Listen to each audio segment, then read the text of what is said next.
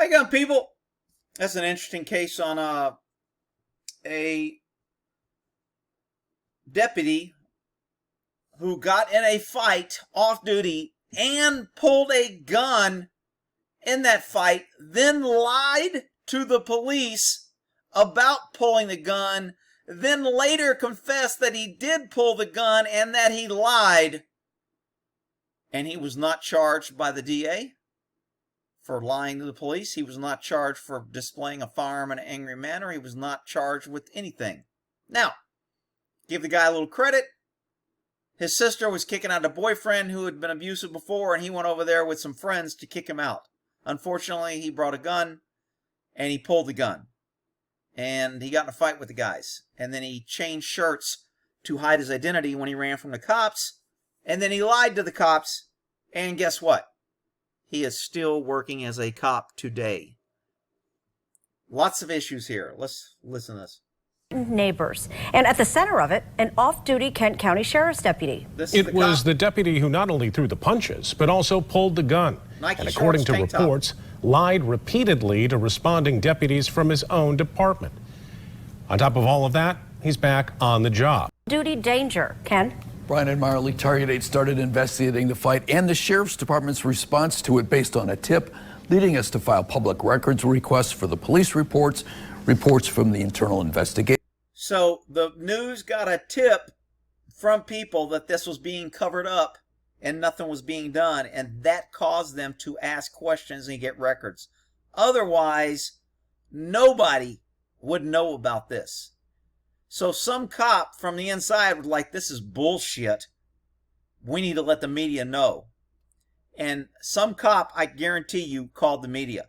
Because cops aren't allowed to contact the media, we can't tell you the freaking undercover low-down shit that government does every day because we're too busy running around with our Blue Lives Matter blue line flag saying that we're all great and we're all wonderful. And if you say anything against the company line, then you're going to get screwed. So somebody made a tip, and I guarantee you it was a cop that said this is BS. And these 911 calls. 911, where's your emergency? Bunch of guys out here, they're fighting. Now they're throwing bottles all over the place. Some guy just had a freaking gun. There's kids out here playing. Kenyatta 911, where's your emergency? They shoved my kids in the house and got inside. I heard them load the weapon. You heard him load the weapon? What do you mean he heard yes, load the I heard weapon? the click, the click that it makes. You know, the click it makes, the racking sound, the hang on, let me get my gun and I can show you what I heard. He heard him load the weapon. What do you mean you heard him load the weapon? Give me a freaking break, dude. Okay, who has the gun? It's a man in a silver car. The man who pulled the gun, the man in the silver car, was 25-year-old Kenyatta Weaver Jr., an off-duty Kent County Sheriff's deputy with 3 years on the force. That's him. 3 years. In the white tank top and blue Nike shorts. According to reports, after pulling the gun and racking around into it, Weaver tucked it into his shorts. That all happened before this video was taken. He's definitely in the wrong occupation.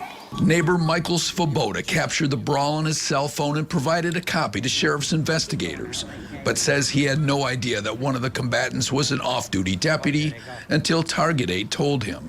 He's there to serve and protect, and well, you're pretty much an idiot if you really think cops are there to serve and protect. You've either been living in a freaking cave and you haven't been keeping up with what's going on. Cops are not there to protect and serve you.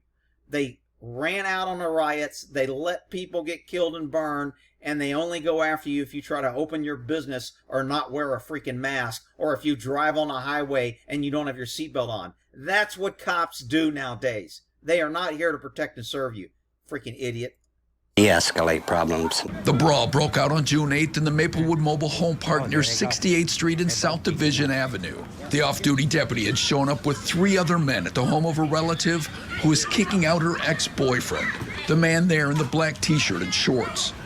Neighbors say the ex had been there twice earlier that day and had threatened the woman. Oh, just broke a bottle. So this guy's not a cop. He's not having the Nike shorts. He's just got the wife beater. I mean, tank top on. In the street.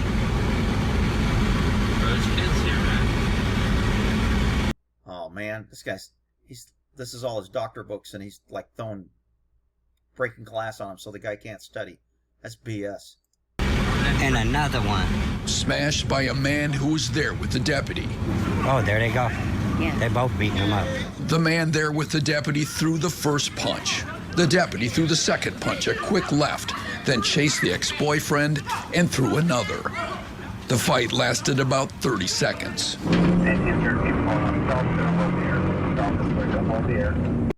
Wonder if there's any kids in here playing that might run across the street, or an animal, or a pet, or a kid chasing a ball. Who thinks this cop's going a little freaking fast? But Rick, he's protecting his servant. Oh yeah, I forgot. Driving through freaking a road with a bunch of kids at freaking 60 miles an hour is going to somehow help you. When deputies arrived with flashing overhead lights, they spotted a silver car in front of a mobile home and chased it down. Everybody, hands on the ceiling! They ordered the four men out of the car. This is the cop. Notice he doesn't have his tank top on. What happened to his tank top? Why did he change shirts? That's called consciousness of guilt. When I catch criminals that do this, I can imply to the jury that not only did they do the crime, they tried to conceal and change their identity to avoid capture and apprehension from the police, which is exactly what this cop did. What happened to his hair? In the video they showed us he had hair, now he ain't got hair. I guess that doesn't matter. All right, let's go. One at a time at gunpoint, and immediately recognized the driver. You know who that is, right? It's Kenyatta. Yeah. Yeah, that's one of our deputies. He's been on for 3 years. Okay, we know who he is.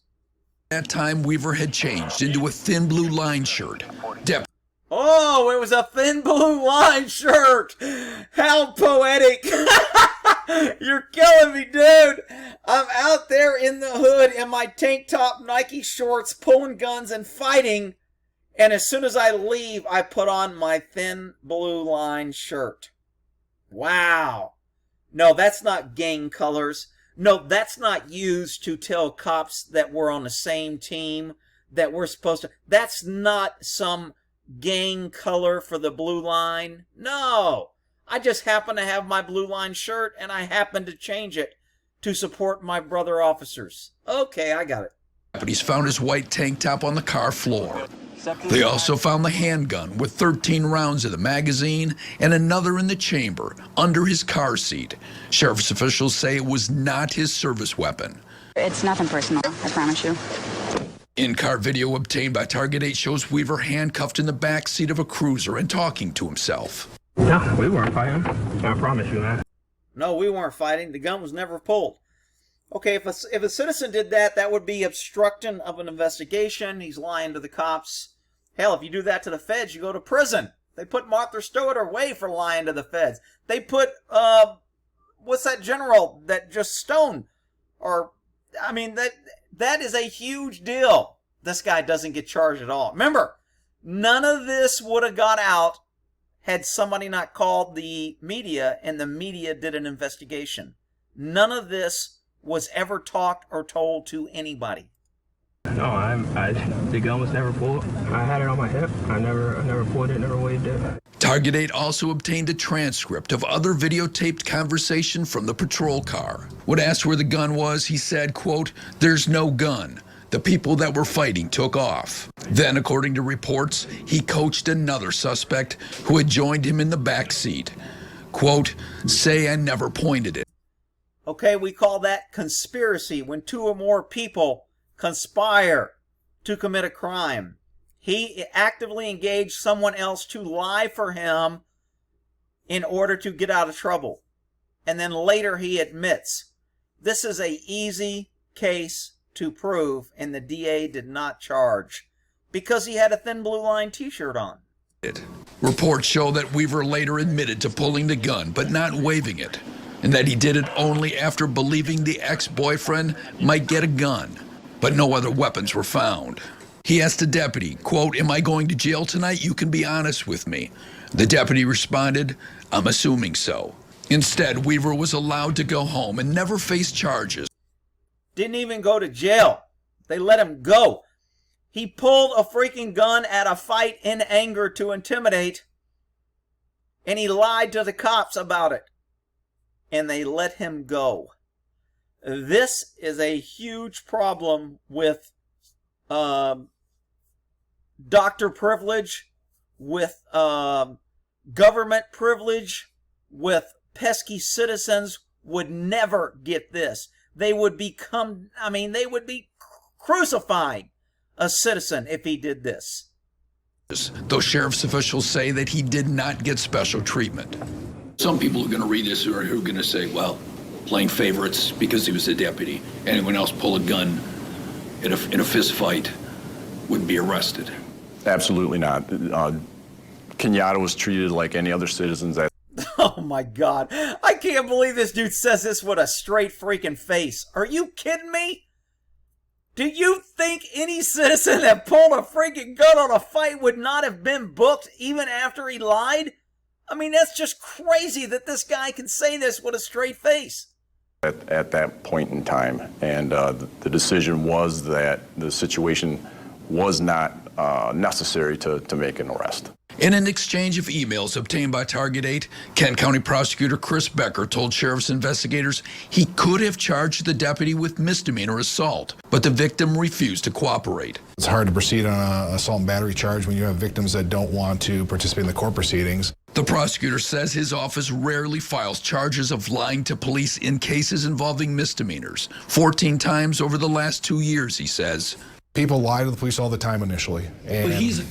Well, if they fired it 14 times in the last year, why didn't they file it on this one? And why did they file it on the 14 they filed it on? What was the determining factor? He was a deputy. Sure. Who's lying to police. Sure. But that's, they're a deputy, but they're still no different than any other citizen. Oh, sure, they're no different. Another huge problem is there's a thing called the Brady List, to where when an officer's integrity has come into question and he's caught lying, and this guy was clearly caught lying, they have documented proof that he lied, every defense attorney in this town should be having this video and these documents, and if this cop ever gets on a stand and testifies against anybody, it will be thrown out and the jury will be told to disregard it, and he could be lying again because he lied before. There's no reason this guy should still be carrying a gun and working as a deputy, but